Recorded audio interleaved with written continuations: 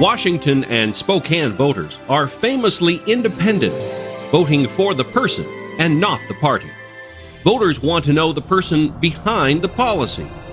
Join host Sulani Madsen as she interviews 2016 general election candidates for local, state, and federal office on the experiences that have shaped their lives. The Meet the Candidate series is sponsored as a community service by the Ponderosa Republican Women's Club, the law office of D.C. Cronin, and We Believe, We Vote. Now, here's your host, Sulani.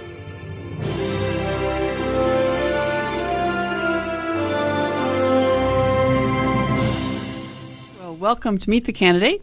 My guest for this session is Andy Billig, who is a candidate for the 3rd Legislative District for State Senator. Welcome, Andy. Thank you. Hey, well, first question to all my candidates is, how do you see the responsibilities of the position that you're running for? Well, thank you, first of all, for the opportunity to be here. I have served as the state senator from the 3rd Legislative District in Spokane for the last 4 years and was a House member for 2 years before that, so I'm quite familiar with the position.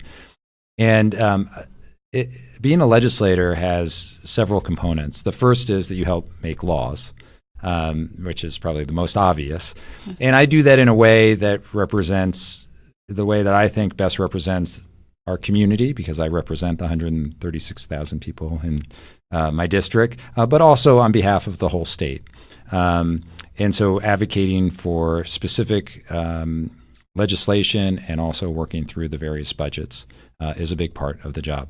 Another part of the job that I didn't even quite realize before I got elected is to be an advocate for constituents with state government. So when somebody goes through the regular process and hits a wall, they can come to their legislator and say, this doesn't seem right, can you help me? And just an example, somebody came to me and said, I got offered a job, but I need a commercial driver's license. And I called Department of Licensing. They said, I can't get an appointment for months in Spokane. I said, well, yeah, that doesn't seem right. So we called Department of Licensing, explained the problem. They said, you're right, that doesn't sound right. And there was a roving instructor for commercial licenses that they were able to divert to Spokane. This person got their license and was able to take that job. So that's a part of the job and that I didn't even realize. And then I would say the third part is to be a communicator and also sort of a cheerleader for our community. So advocating or communicating what's happening in Olympia back to the constituents here, but also communicating from Spokane to the rest of the state and world what's happening in our community and why it's such a great place to live, work, and play. No, I think a lot of people don't realize that each representative in the state legislature has 136,000 constituents. Everybody feels like it's just me. Yeah. It's my problem.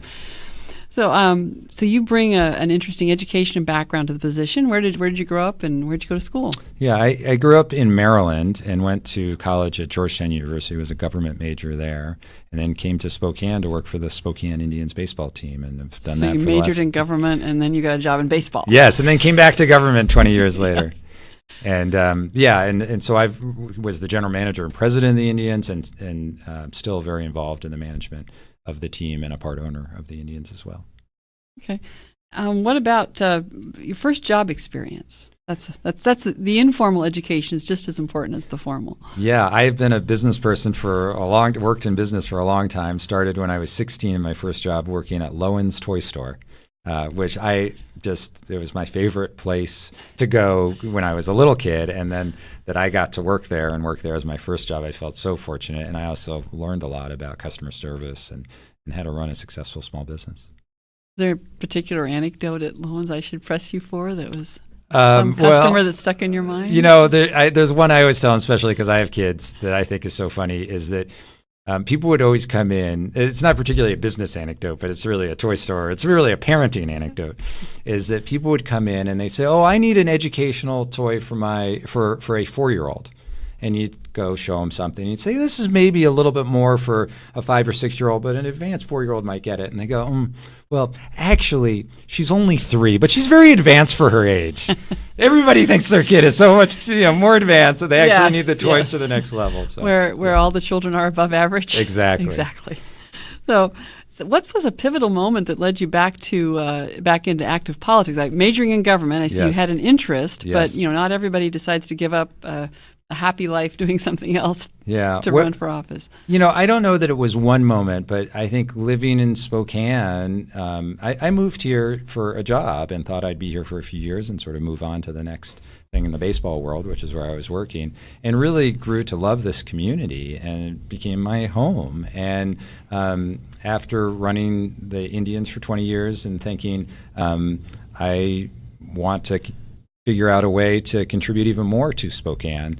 And when I looked at the opportunities and how I could contribute, public service and particularly running for office really rose to the surface.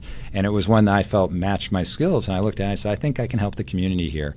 And particularly with my passion and interest in education, my background as a small business person, and my interest and knowledge of the community from being so involved over the last now 25 years. It just all sort of clicked for me. I said, I think this is something I should try. And then you never know if you're actually going to get to do it. Just you get to decide if you're going to run, not whether you're going to actually get to serve. So I decided to run and learned a ton about campaigns because I had not been very involved politically before that. Won my first election for the House, which is the first time I'd run for anything or won anything. Even in school, I had lost my one run for student body to represent my classroom in elementary school. So it was the first time I'd won. It was very exciting. And then I just really feel honored to represent the people of Spokane and enjoy the work and enjoy being able to see some of the positive results that we've been able to succeed on here in Spokane. What do you find is the biggest challenge in campaigning? Campaigning, the biggest challenge is time. A former legislator, when I was running the first time, and I asked for some advice, and he said, the hardest thing about campaigning is that there are always more things to do than you have time. You're never done. And if running a business and in many things in my life, I always sort of work things to completion. And you can't because it's unlimited, the amount of people and things that you could do in a campaign. So being able to manage time effectively and prioritize is, I think, the most important skill, but also having that time and the energy to put in, particularly to doorbelling, which is, I think, the most valuable and rewarding campaigning task. Well, I didn't look before I had you come on to ask about family, but you have a good support at home to keep you on the road? Yeah, well, I have a great extended family, and then I've got Lindsay, my partner, and Samuel, my 1.5-year-old son, and Bella, who's my 16-year-old daughter.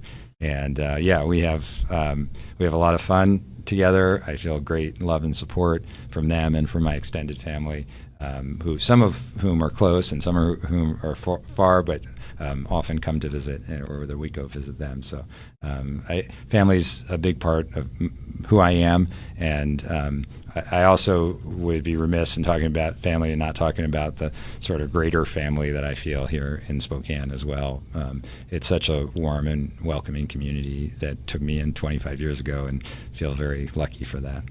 Well, it sounds like you've really settled in and put down some deep roots then. Yes. So as we get towards the end of this interview, I'm trying to think of one more good question before I give you your 2-minute wrap up. Let's see, a good question for how do you think the Indians' chances are this year? Well, we've won 2 in a row as of the taping of this podcast. So it feels good today. One of the things as the owners of the minor league team is that what we really control is the fan experience and the attendance, the promotions, the customer service, and I feel very good about that. Kind of back to the toy store. Yes, exactly. And we have a real focus on customer service. And it's quite rewarding to see that pay off and people enjoying it, see our attendance increase there. And so prospects in terms of attendance and fan experience, I think, is very positive. And on the field, we rely on our major league affiliate, the Texas Rangers, but also feel positive about what's going on there. I can tell that you enjoy your work in both areas of your life. Absolutely. I feel very lucky to have 2 jobs I enjoy.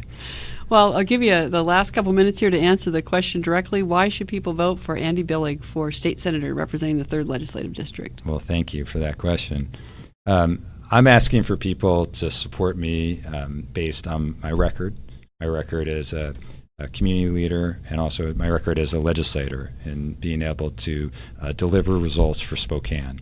And to deliver results in terms of the two areas I really think about the most, which are opportunity and prosperity. So opportunity, thinking about educational opportunities. And I've been a leader in the legislature in early learning and K-12 education. And as we face probably the biggest educational challenge of our state in a generation, which is to fully fund basic education and meet the constitutional requirements to fully fund basic education, which is going to happen this session. I'm a member of the Education Funding Task Force, which is an 8-legislator committee tasked with coming up with that solution.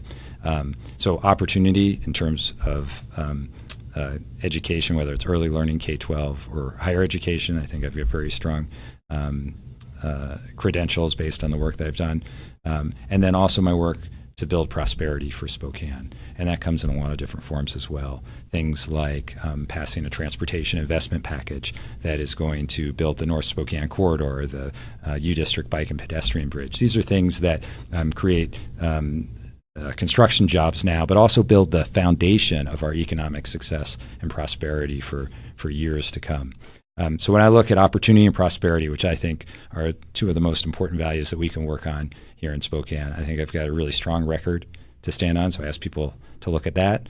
And then I also ask people to, I think people should support me because of the job that I've done as and will do in communicating with constituents. I read and respond to every email that I get from a constituent. I get over 5,000 emails at our legislative office every year. I give out my cell phone to anybody that asks. I once did it accidentally, where I sent it to 20,000 people on a campaign mailer, and I got about 10 calls, and they were the best calls, and people were surprised that I would answer the phone. So after that, I would give out my number to anybody that would ask. So that communication, be able to receive their information, but also to be able to take what's happening in Olympia and communicate it to them, is something I'm very proud of. So for those reasons, I would ask for your support and their support, and so that I can continue to have the privilege and honor of serving the people of Spokane. Okay. Well, I appreciate you coming in to visit with us in the studio today, and thank you for coming, Andy. Thank you so much.